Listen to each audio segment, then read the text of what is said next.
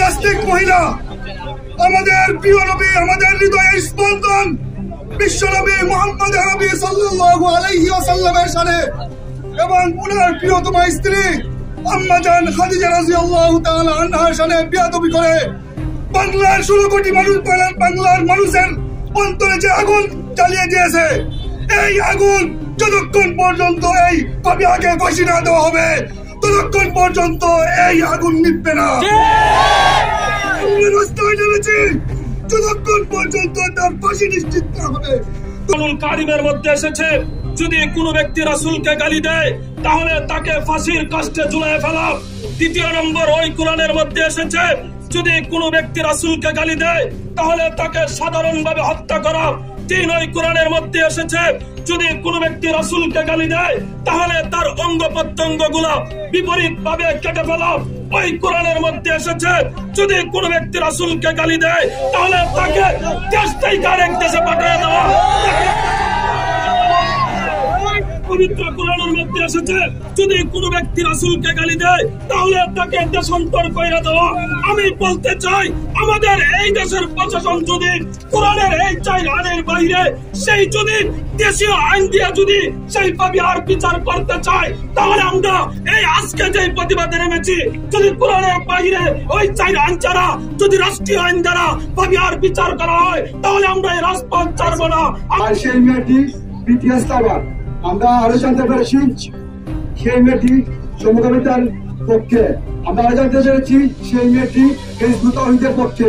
যদি হিজবুত তাওহীদ তার পক্ষে থাকে, আমার বাবু যদি এর বিরুদ্ধে থাকে, আমি মানবো না, আমি প্রতিবাদ করবো। পর্যন্ত সেই আইন যাবে ইনশাআল্লাহ। আজকের পর থেকে এই প্রতিবাদের মধ্য দিয়ে আমরা একটা আওয়াজ জানাতে চাই, নবীর পরে নবী নাই। এই মুসলমানের সন্তান চিৎকার দিয়ে বলুন, নবীর পরে নবী নাই। আল্লাহ তাআলা আনহাকে নিয়ে কটূক্তি করেছে। আমরা দেখতে পাই এই সমাজে যারা ইসলাম এবং ধর্মকে নিয়ে কটূক্তি করে তাদেরকে পুলিশ গ্রেফতার করে। আসলে এটা গ্রেফতার নয়, এটা নিরাপত্তা। আইনের মাধ্যমে অন্তর্বর্তীকালীন সরকার এই সময় জুলাই সনদের মধ্যে এই নাস্তিকবাদীদের জন্য একটি আইন প্রণয়ন করার জন্য জাতির আলেম সবাইকে আমরা আহ্বান জানাচ্ছি। স্বাস্থ্যমন্ত্রীর এক খুলঙ্গা গত 2 দিন আগে ফেসবুক স্ট্যাটাসে, শুধু গত 2 দিন আগে এই স্ট্যাটাস নয়, বরং সে আরো অনেক স্ট্যাটাস এমন দিয়েছে যা ইসলাম বিদ্বেষী। এই নাস্তিকবাদী কুলাঙ্গারকে যদি অনিত বিলম্বে ফাঁসির দাবি আমরা জানাই, যদি অনিত বিলম্বে তাকে ফাঁসি দেওয়া না হয় তাহলে আমাদের কর্মসূচি কোনোভাবে ক্লান্ত হবে না ইনশাআল্লাহ।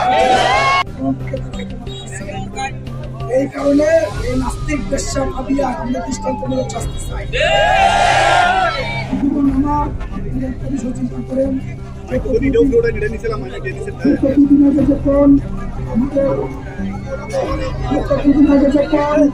আমাদের স্বাস্থ্য আমরা সাথে সাথে প্রতিবাদ সৃষ্টি করি। ক্ষেত্রে স্বাস্থ্য ব্যবস্থার রয়েছে আমাদেরকে এবং চুনাগার রয়েছে আমাদেরকে সন্তুষ্টমূলক একটি বিচারের আশ্রয় দিয়ে আমাদেরকে শান্ত করে। আজকে আমরা প্রথম কার্যক্রমে আমরা মুসলিমিয়া দেখি যে 154 ধারা মামলা তাকে জেলা পাঠানো হয়েছে, যেটা একটা প্রত্যেকটি মামলা। আমার একটাই দাবি, এই বেশ্যা এই নাস্তিক হাবিহার ফাঁসি নেওয়ার জন্য আমরা কেউ রাজপথ ছাড়বো না। কেন স্বাস্থ্য ব্যবস্থা এবং চুনার বর্তমান আমাদের সাথে প্রতারণা করে আসামিকে নিয়ে গেছে, এটা সন্তুষ্টমূলক জবাব আমরা চাই। এই কারণে এই নাস্তিক বেশ্যা ভাবিয়া আমরা দৃষ্টান্তমূলক শাস্তি চাই। স্বাস্থ্য ব্যবস্থা এবং চুনার বর্তমান আমাদের সাথে প্রতারণা করে আসামিকে নিয়ে গেছে, এটা সন্তুষ্টমূলক জবাব আমরা চাই।